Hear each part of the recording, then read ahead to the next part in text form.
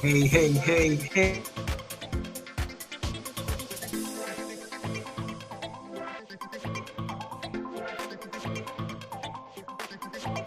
This is Coach Powell coming to you live. Trying to figure out what's going on with my internet feed. For some reason, things are not as copacetic as I would like them to be. So let me see if I can't do some different things here.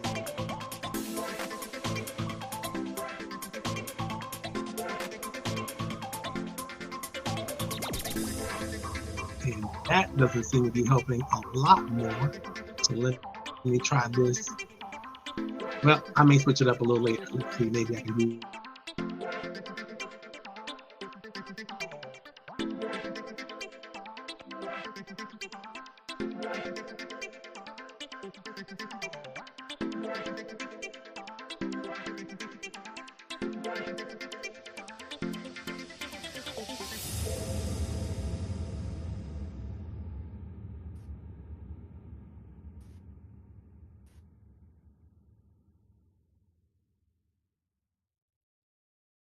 Some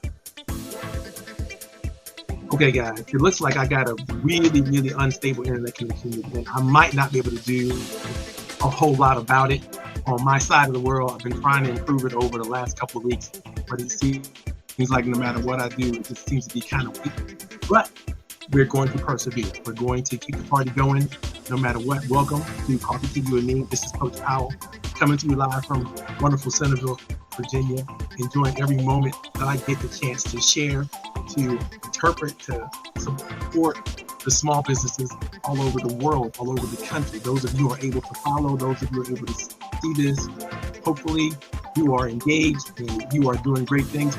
Listen, today's topic is going to be super, super, super. I'm going to need you to be absolutely engaged. And so if you are following us and you are on the chat or you're able to, and I want you to listen to this in the car, don't pull over.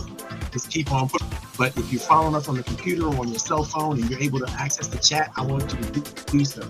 Let us know who you are, where you're coming from, name of your company, how long you've been watching the show, anything you want to say, please put it in the chat. We need this to be as popular as possible and we need as much help as possible to make that happen. This is probably, we've been doing this for more than 2.5 years, so we're talking about well over 150 shows we've logged in, maybe close to 200 as a matter of fact, when you think about it. And I do several shows. I've got a program called, besides this one, Coffee Tea, You and Me, every Friday at 3 o'clock, or I come in and I bring ideas and concepts that I think are useful to all kinds of entrepreneurs and business leaders. Every once in a while, I do a program called Inside the Business Mind. And that's when I select a specific business leader and I interview them and try to use what I call my True Voice system. And the True Voice system is literally a set of questions that I learned how to ask and share with many people, thousands of people actually over the years, that I actually get into real conversation with people so that you're entering and you're talking about things that matter, things that are meaningful, things that help create more significance and more relevance in the space of whatever it is they like to play and whatever it is they like to do. So I love True Voice as a process, and that's a trademark process that I created, but it's a way of interviewing, it's a way of asking questions, but it also primes the person who's asking the questions to really truly listen to another person. And it's a great way to start up professional relationships. If you know more about True Voice, just pay attention to what we're going to talk about today, because I'm going to get into it a little bit today. Today's specific program is all about what you need to do before you begin to build the process of making connections happen for yourself. What you need to do for yourself, the strength that you need to build in order to make your professional relationship building process that much more successful. Now, many of us, when you're out there and you're thinking about networking, right? We bumble around, we bump into people, we go into organizations, whether it's the Chamber of Commerce or the Rotary Club or whatever our local business relationship organization might be. It could be an association meeting, it could be, and we just run into things and people ask us, who we are. And we bumble through, some kind of elevator pitch or some kind of personal presentation style strategy that either works or it doesn't.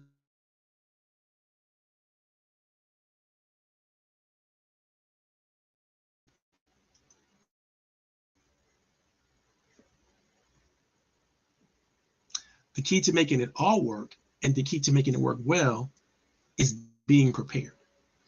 It's super, super important that no matter what you do in the networking space, that you're prepared, because in preparation, what tends to happen is you build a level of confidence in who you are and what you represent.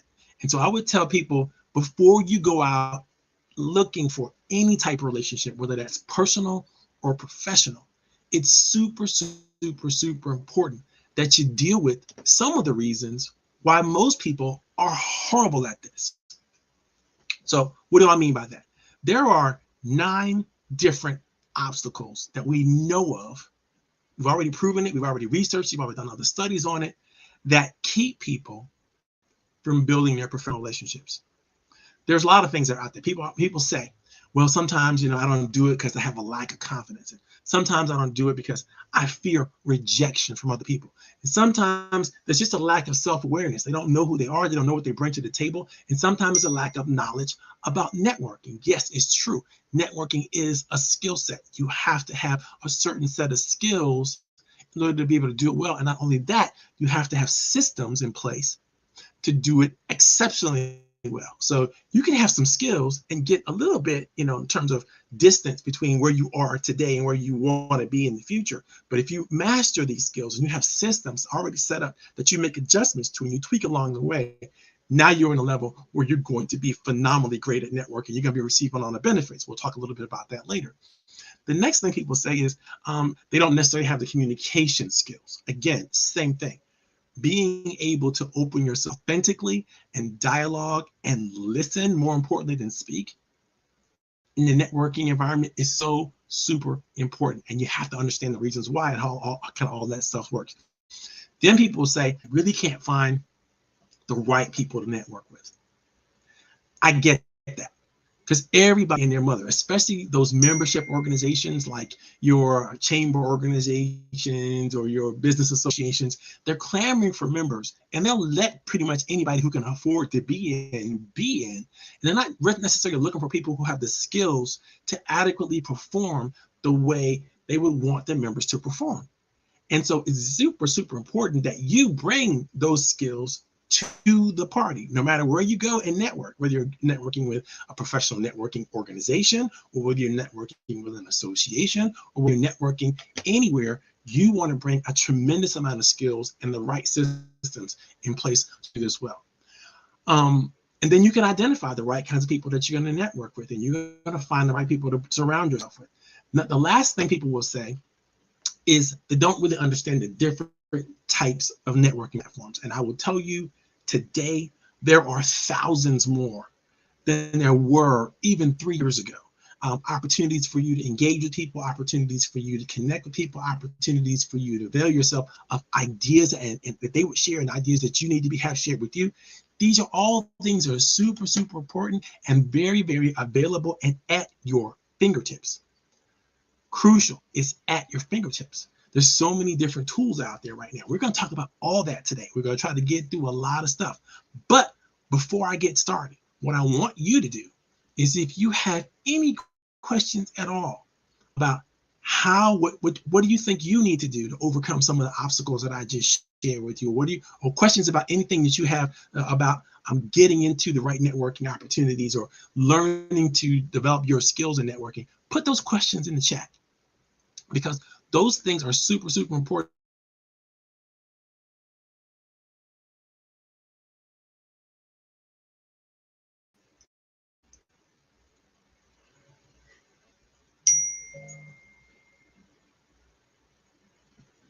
this internet connection is going to kill me today. And if I don't get this squared away in the next couple of weeks, I'm just going to throw the computer out. Um, but it's so important that you are able to voice the things that you want to strengthen yourself in. So just think about it. Where do you need to develop a better skill at networking? Is it listening? Is it speaking? Is it finding the right people? Is it engaging in the right groups? Could it be that you need to get over something in yourself? Maybe there's a hesitancy, a fear that's associated with maybe not knowing where your best talents are and if your best talents fit within the networking environments that you're trying to choose or trying to grow in. Ask any question you want. Where are you right now? When you look at your networking qualifications or your networking abilities, where are you? Are you strong in relationships? Are you in the development right now? Have you always been maybe poor at connecting with people and are conducive to creating a collaborative environment? These are all the things we want to talk about, and I need you to be honest. I need you to be honest with yourself. I need you to be honest with the group. If you got something that you want to share, put it in the chat. It's time for us to, stop hiding behind, the things that give us anxieties and fears and all those things. Now, I will tell you, when I first started really, really networking seriously, I didn't want to do it, okay? Because in my heart of heart, I am an introvert. I really like my ideas, and I really like writing, and I really like designing new programs and new strategies for people. And it's very, very hard for me to come out of sort of so when COVID hit, this was kind of heaven for me, to sit behind the screen and be able to, and not have to come out as much and not be able to engage as much. I really, really enjoyed the solitude, and I enjoyed the opportunity to sit with my ideas. However, I recognize that it is impossible for me to grow as a professional and as a leader in any area of environment if you don't actually engage with people and figure out a way to enjoy the engagement. So for me, I had to create systems. I had to create processes in order for me to feel comfortable even going out there and making connections. Now, this is super important because when you unpack this, I unpacked it for myself. I asked myself the question, why am I afraid? Why am I hesitant? Why don't I have a lack of confidence in this thought? And it literally was because of who I am. So when you think about it, when I first started networking, I was a very young African-American financial advisor in New York City. I didn't know really a lot of people in New York City, and I wasn't really sure I was comfortable with my core skills or my organization when I first got started as a financial advisor. And so I really didn't want to go out and meet people and shake their hands and talk to them about what I'm doing and all that kind of stuff. I knew I had to. And although it wasn't a requirement of my position, I understood that if I didn't, I wasn't going to be able to get to the places that I wanted to get to. So I had to figure out a way to initially get over my fear and engage with people anyway. And so I came up with a unique thing. They told me, pick up the telephone book and just start making some calls. We had, I think, a weekly Monday evening session. And I remember it's like every weekend I was afraid because I knew Monday night I was going to be on the telephone with all of my colleagues in the bullpen in our workforce organization having call night.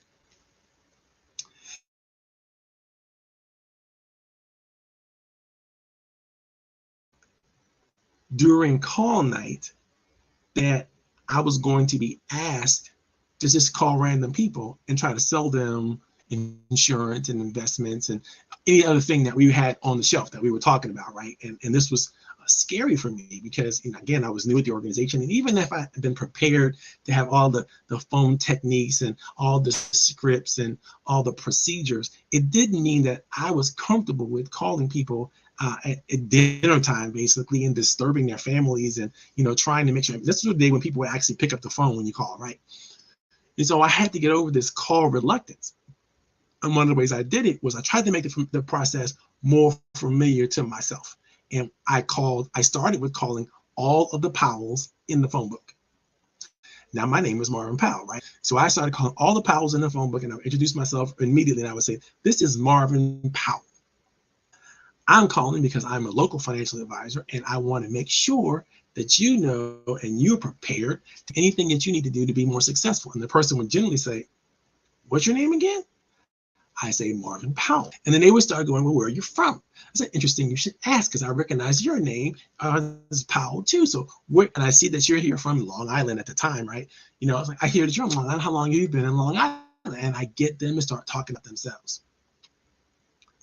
Pretty soon we're in a conversation, and the conversation is flowing naturally. And it's not about the product or service that I had to sell. It's about who we are as individuals, who we are. I felt much more comfortable talking about those things. And those things led me to some of the biggest deals that I could ever ask for, because I never approached it from a point of view of, I got to sell you something right now on the telephone. Because really all I was selling is the opportunity to meet with me and talk to me again in the future. I want you to stick a pin in that as we move on. So that was how I got over my initial call, my initial fear of actually engaging with new people. But I also had another fear I had to get over with, and that was when I joined my professional association, the National Association of Insurance and Financial Advisors.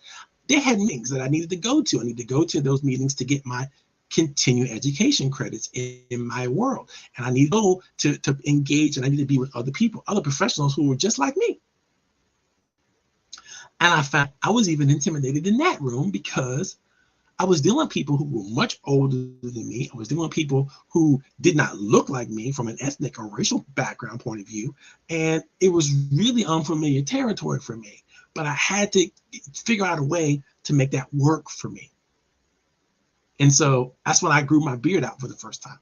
And I started wearing glasses. They were fake glasses, but they were glasses.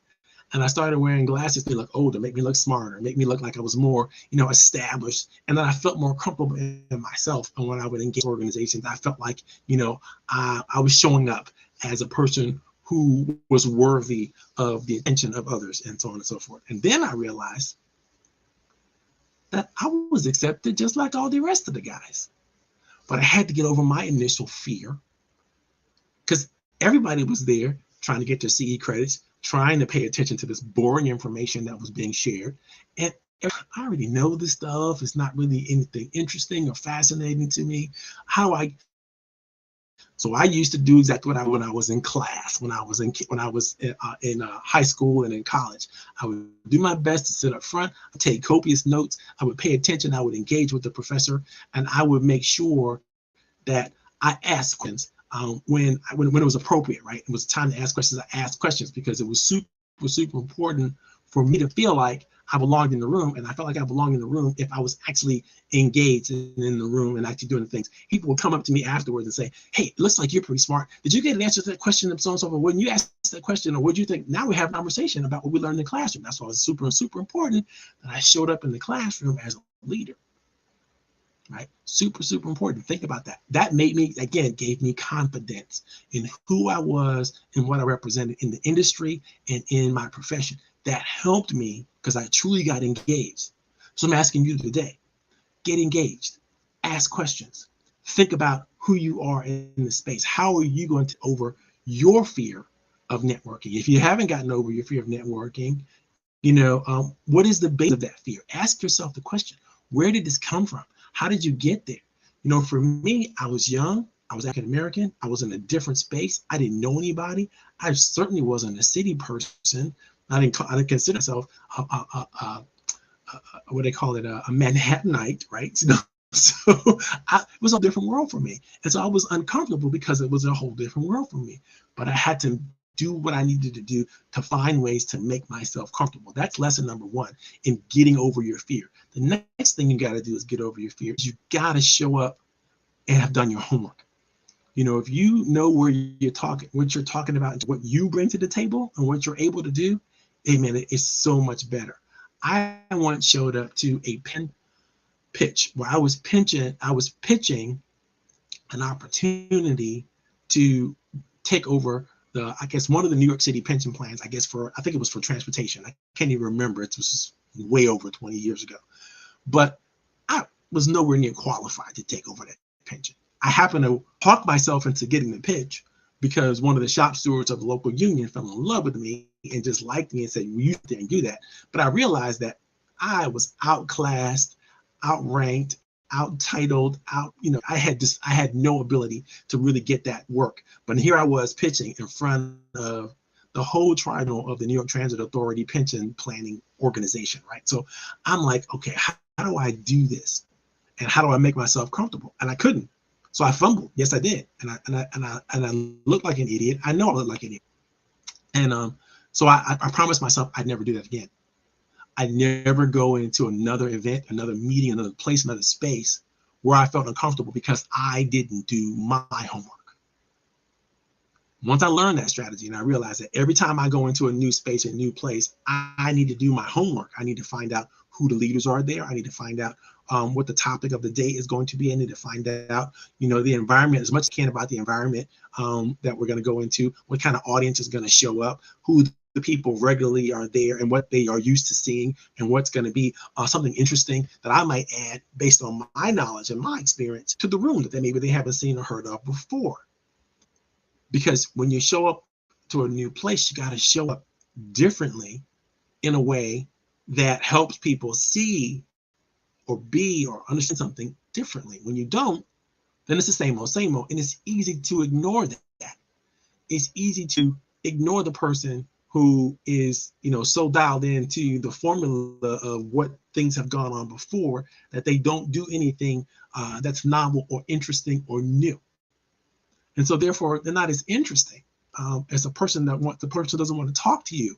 So I wear this Howard baseball cap with me almost everywhere, even today, and I'm not an alum of Howard, but it makes for great conversation. Because people ask me all the time, what is Howard? What that's all about? And I get to tell them. I get to tell them about something that I want to talk about versus whatever it is that what's going on today. It's a way of making small talk, but important talk that's meaningful to me. And I'm against small talk, and maybe if you want to know, I'll tell you a little bit about that later. But so super important, again, that you get over your fears, and you have to do whatever you need to do to get over your fears. The next thing you got to get over is, that fear of rejection. I won't belong. I don't belong. I don't fit. This isn't a worthy opportunity for me. So first of all, if that's absolutely true because you've done your homework and assessed that, don't go.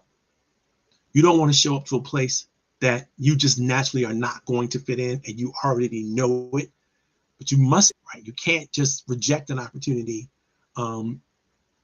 just out of your own fear. Do your homework. Find out somebody invited you to something that you're not quite sure about it is. Find out what it is. Find out it's a cost. Find out if there's a food issue that you have to be careful about. Find out if there are people there that are going to feel some kind of animosity towards you being there. And if there are they leaders in the room? Because the leaders in the room kind of dictate the pace of what's going on. If they're just like bit players, maybe you don't care. If there's a greater opportunity for you to connect and to create something that you want to create in your network, in your inner circle, you have to be able to analyze those things. What do I need in my network? Can I possibly get something that's going to give me what I need from this group?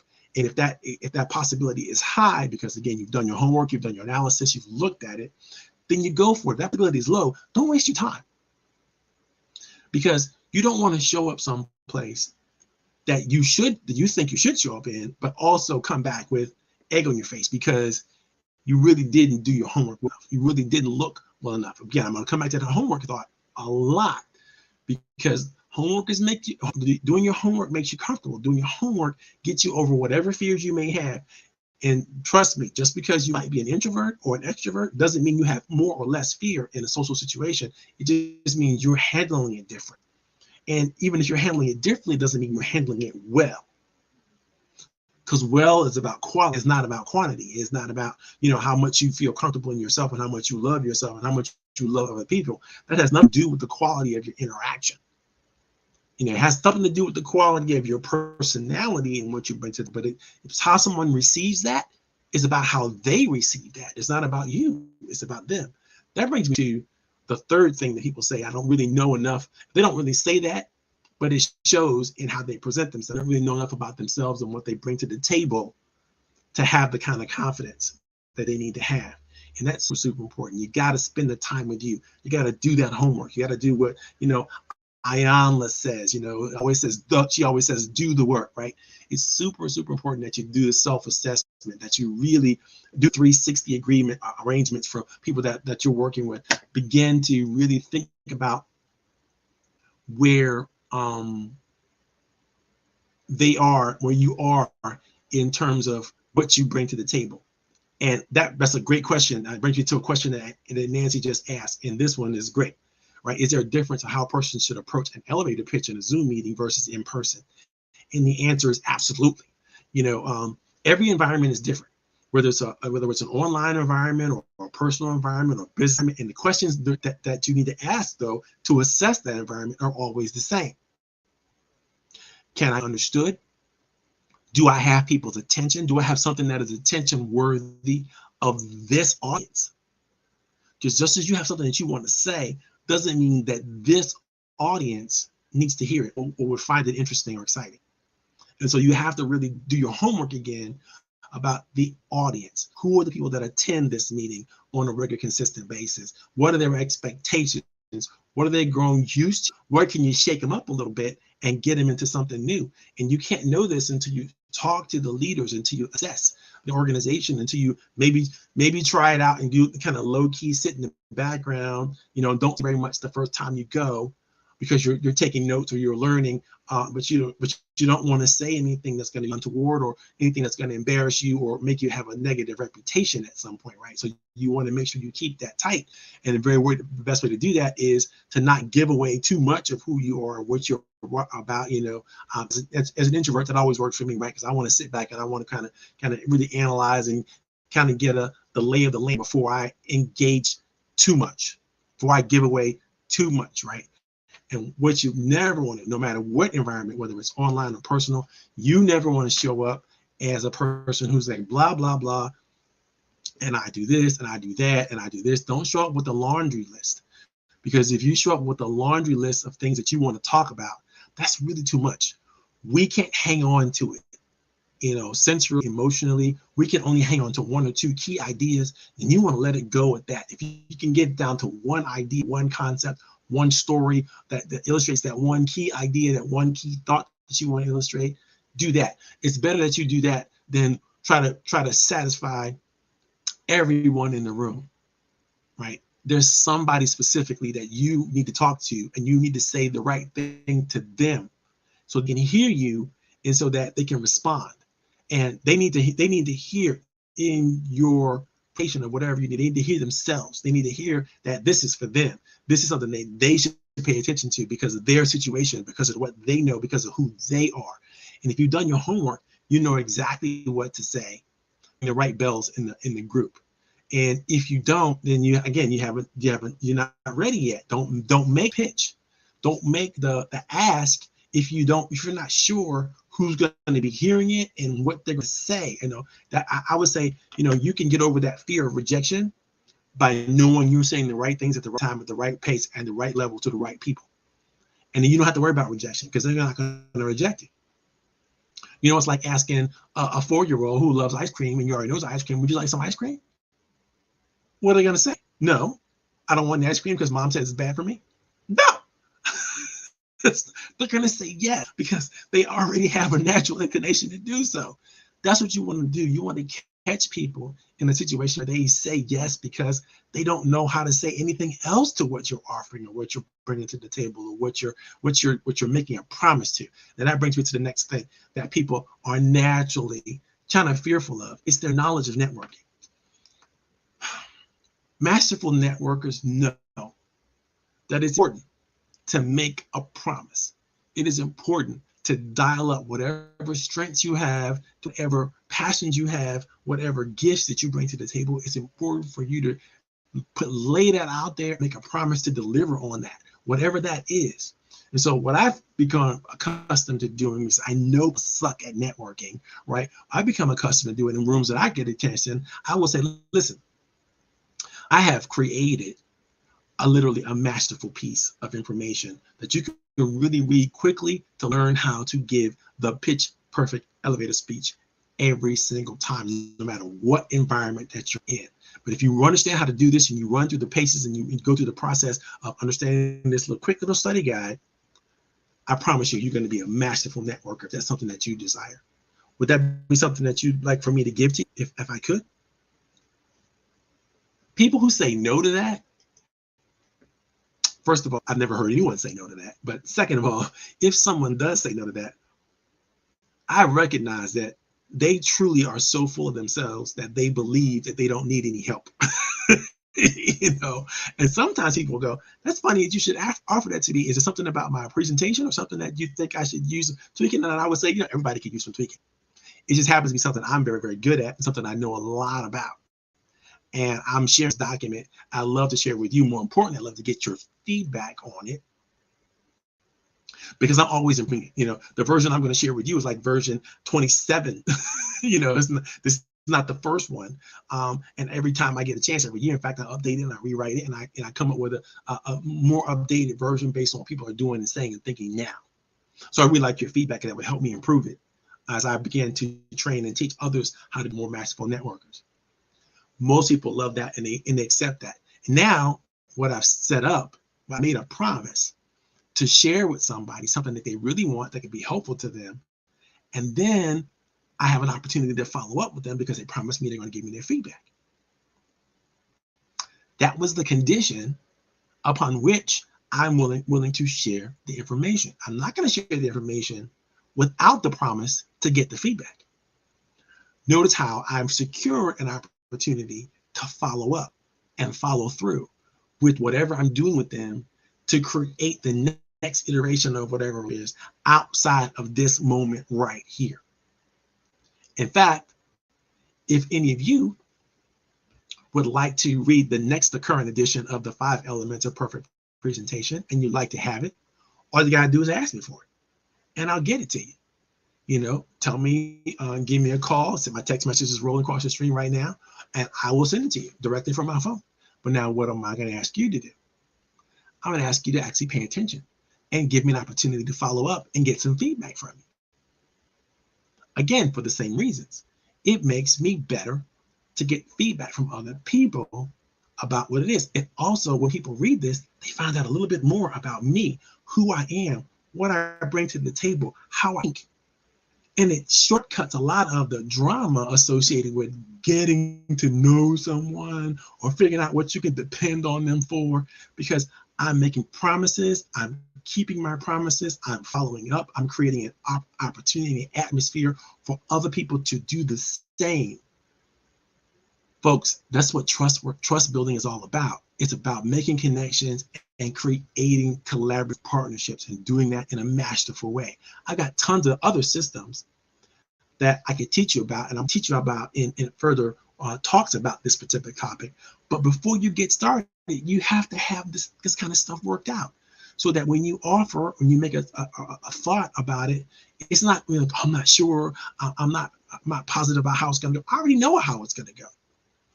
I already know what the person's going to say. I already heard it 1,000 different times in 1,000 different ways, and it's not going to be anything new to me or unfamiliar with me. So it's a part of my system that I've practiced, that I've created, that I've generated.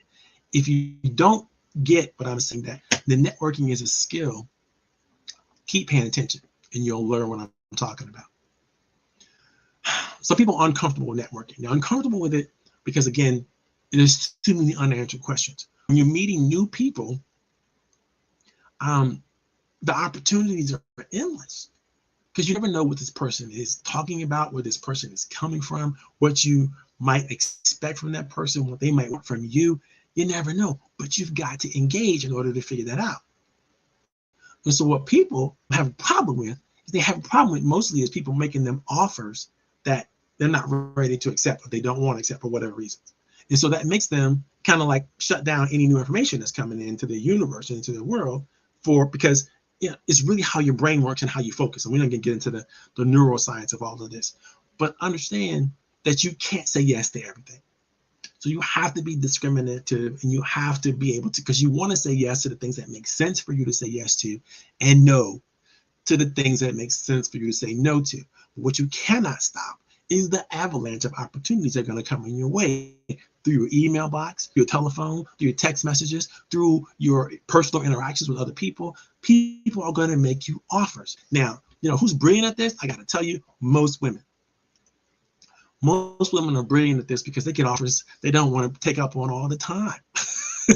And they have to learn how to gracefully, kind of buffet, pivot, and get out of that conversation into another conversation that's more interesting to them. I will tell you, it's very hard for people to make an offer to me without realizing while they're making the offer that this is not going to work out. Because usually before they've made an offer to me, they've heard enough and understood enough about me to realize I don't need or want whatever they're about to try to sell me. And so they don't waste their time. We start talking about things that are relevant to both of us instead of just relevant to one or the other of us. Because that's where I want to be. I want to be in a mutuality situation. I don't want to be in a victim situation where somebody's pouncing on me with their offer or their temptation or whatever there is. And I don't want to be in a bullish situation where I'm doing the same. I want to be in a situation where there is respect and there is dignity in what and how we're talking to each other for, with, and about. And when that environment doesn't exist, then I'm going to reject. I'm going to reject the environment, not the person. Right? I'm going to make sure I inject into the environment what I need to put into the environment to make the environment a collaboration-friendly environment. Right? I'm not going to try to cut another person off or make them feel bad about who they are. I am going to try to gently remind them that this is the environment that I like to play in.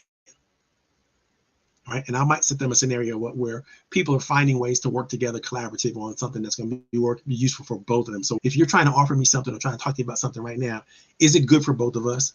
And if you can demonstrate how it's good for both of us or share with me how it might be good for both of us, then let's talk about it. But if it's just good for you and you're not even sure if I need or want it, why are we talking about it? Let's talk about how you get to that level of assurance. That's how you get to that level of talking about whatever you want to talk to me about that's beneficial to both of us. That's called benefit selling. And that's, again, a whole nother practice, which I can teach you how to do, again, another later time. But if you don't know how to talk about the benefits over the features of what you're offering, you're not a good salesperson yet. It doesn't mean that you can't be. It just means you have to learn how to tell better stories. You have to learn how to talk about, why the product is so beneficial. And you need to have 2 or 3 ideas really quickly off the top of your head about each feature of the product and why each feature is beneficial. If you don't have that at the ready and you can't talk about it at the ready, you're not ready to even represent the product correctly. You go back to product development school and learn how to do that and learn how to speak to the qualities of what you offer, not what you offer. That's a whole different conversation. Hopefully we'll get into a little bit later. Inadequate communication skills. That's one of the biggest things that people have that keeps them from networking.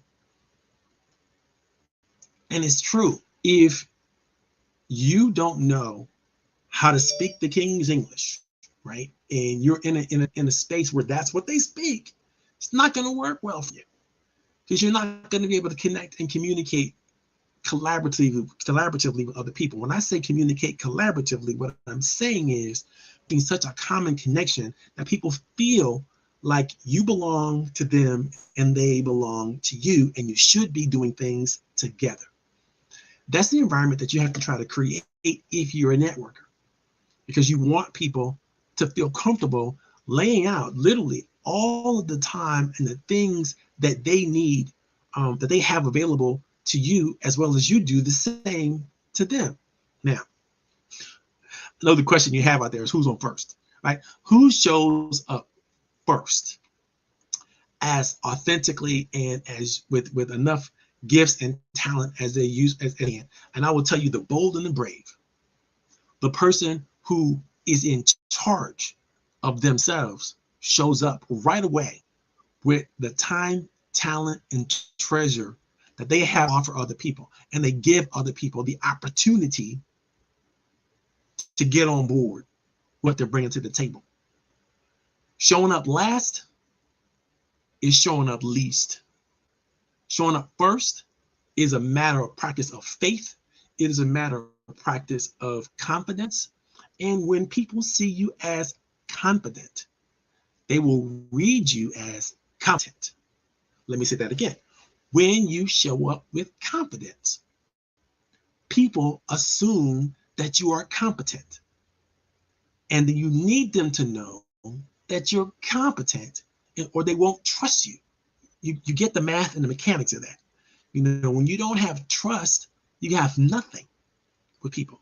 You can talk all day about the weather and the sports analogies and the things that you did in your past and the wonderful, glorious opportunities you may have for your future. But if people don't trust, they're not going to work with you. They're not going to want to collaborate with you. They have very low expectations of you. And if you're in an environment where people have low expectations of you and you have high expectations of them, guess what? There's a mismatch. There's an imbalance. There is a lack of alignment in that space, in that universe, and you want to create alignment. And so you have to show up authentically with everything that you have, not offering everything you have, but certainly offering the best that you have in terms of your character, not your product or service, who you are. This is what I'm talking about. Now, hopefully you all get this. It's super, super, super important. And I think Nancy, I know what she's talking about here. Time Talent Marvin is expert describing this when you're prospecting during networking. If you see he announces the topic, sign up. Yes, this is true. I actually have a sales program that I have called the 100% closing ratio. I created this thing years ago, and I keep updating it. And it really helps people understand how to get to yes often with as many people as possible. In fact, if you do this well, you will have a 100% closing ratio. Well, let me not stop lying. You're not really going to have a 100% closing ratio, but you're going to have pretty close to a 100% closing ratio. And that is super, super special enough, right? It's so important that, you hone those skills, those networking skills, because you want to be able to walk into any room and knock it out of the park. And if you pay attention to what I'm going to be talking about over the next couple of weeks, you will be that person. And I'm not going to shortcut anything. I'm not going to leave anything on the table. We're going to talk about how you build magical connections with people and how you sustain those connections over time. It is so important to your personal and your professional development. Not sharing it with you would be a sin, and I cannot do it. So I'm going to teach you all the aspects of creating a magical network, because we all have to have one. If you want to be successful and happy, fulfilled, think you can do it all by yourself without people, you're losing your mind. It can't happen. That means you're going to have to have the confidence. You have to get over your fear of rejection. You have to do something about it to make that, to tamper that down, not to eliminate it. You're always going to have some fear, right? But you have to move forward anyway. If you have the confidence in your systems and your tools to move forward in any way, you have to find the right people to network with. It's super, super important. Learn how to tag team a networking approach with somebody else who maybe have more experience or may know more people in the room that you're in. You have to create those relationships before you create the bigger relationships. And so make sure that if you have a current network, you're fully tapped into the current network. You don't know who where, but let me give you a tip. LinkedIn does. Because you can look at all your friends on LinkedIn. I use this tool all the time. You can look at all of your friends on LinkedIn, and then you could literally see who your friends are already connected with that you might want to know. I could take a LinkedIn profile of my favorite friends, and I recognize that my boy Kevin Williams is looking at this right now. I can look at his LinkedIn profile, go through and look at his profile and go, okay, who knows Kevin that I know? And then I can sort that information. Who's the CEO of a company that Kevin knows? And like I say, okay, these are the list of CEOs that Kevin knows. Of all the people that Kevin knows who are CEOs of their own company, is there anybody there that I would really like to meet? And then I can ask Kevin personally, one-to-one, Kevin, I want to meet this person right here who's in your network. What is the smartest way for us to make that happen?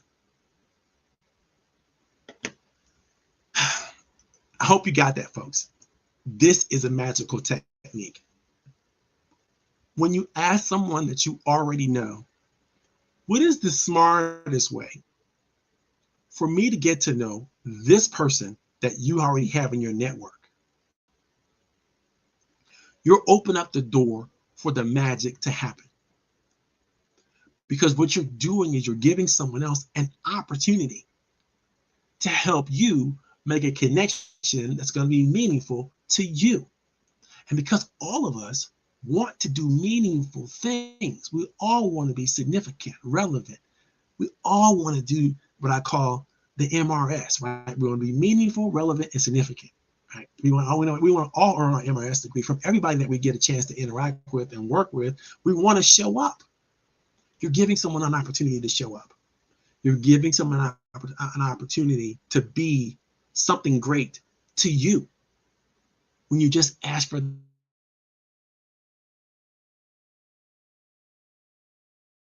their help.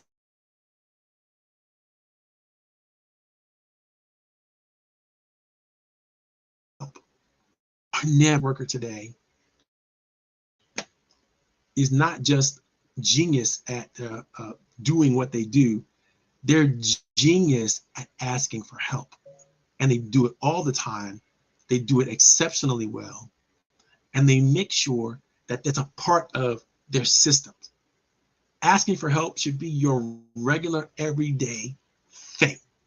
You should be thinking, who should I be asking for help today, and who should I be connecting to, and again, who should I be helping? Also, now, super important, remember I told you this, you cannot be willing to ask somebody else to give a contribution to you if you're not willing and have already given contributions to them.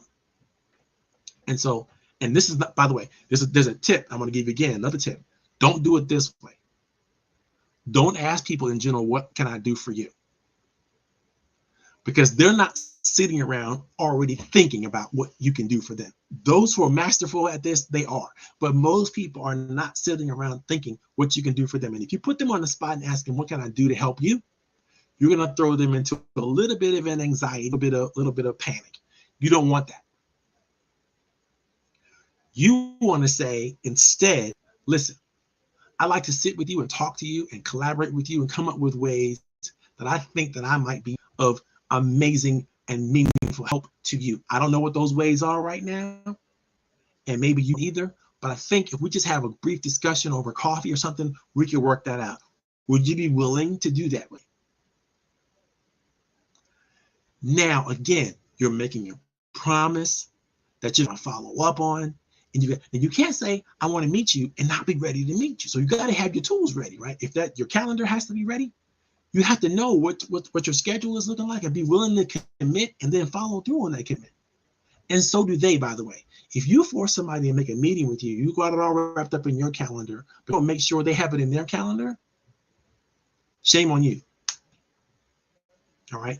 That is a non-professional way of approaching your network. It's not doing you any good to have appointments in your calendar that people are not going to honor. They're not going to step through with. It's not helping you. In fact, you're going to show up on that day, or you're going to be ready to go, and they're going to call you and say, oh, I'm sorry, I never really got this in my calendar, or I forgot it altogether. So can we do it another time?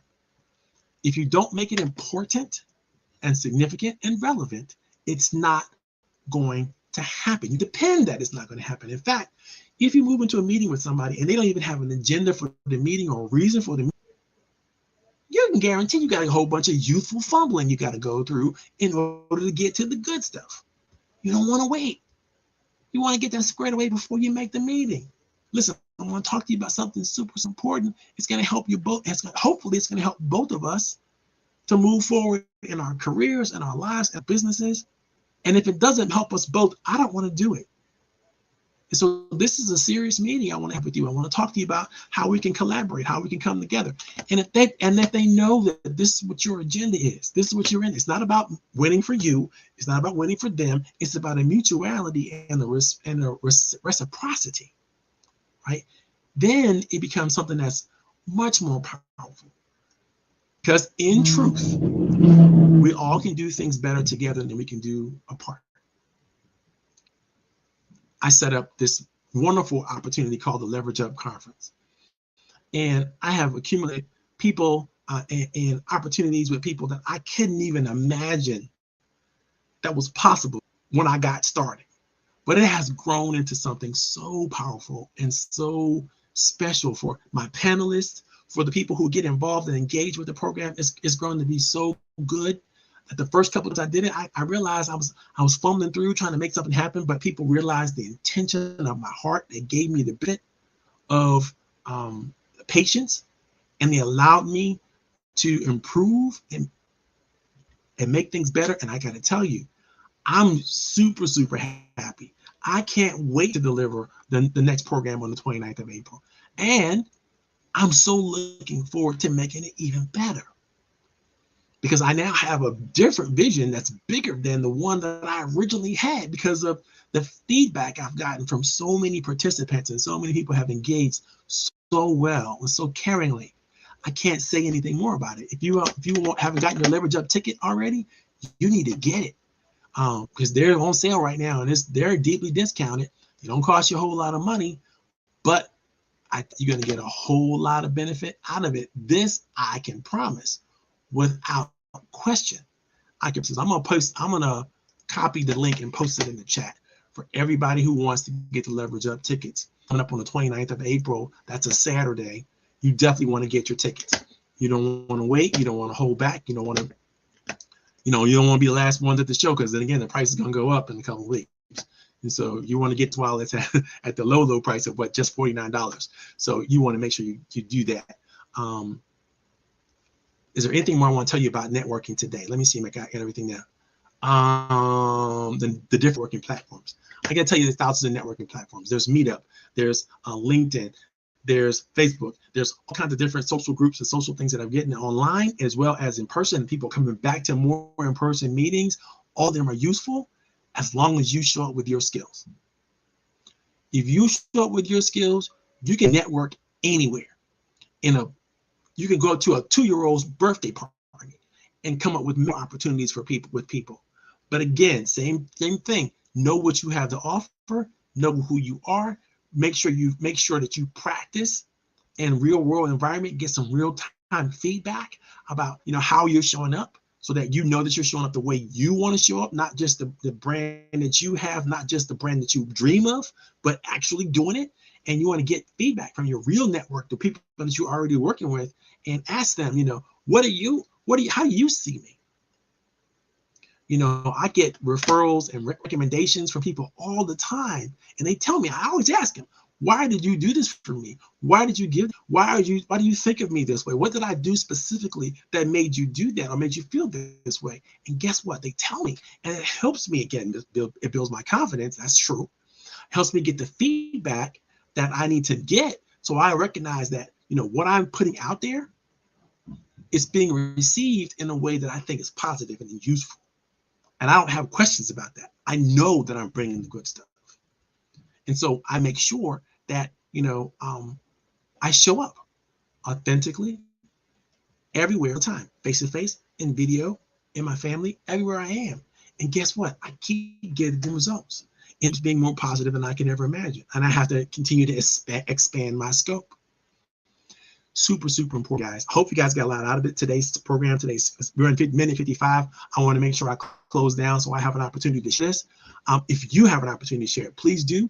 Please share it on LinkedIn, Facebook, YouTube, wherever you are, wherever you connect. Go ahead and cut and paste the link and share it with as many people as you possibly can, because we need to get the word out. We need to tell people, because these next series of events, we're going to be getting into deeper. How do you do this? How do you identify people that you're going to network with? How do you bring them into your inner circle? And how do you keep them there?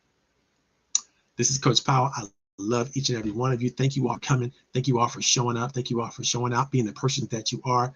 I can't think of anything greater I would rather do on my Friday afternoon, and I'm glad you decided to share this time with me.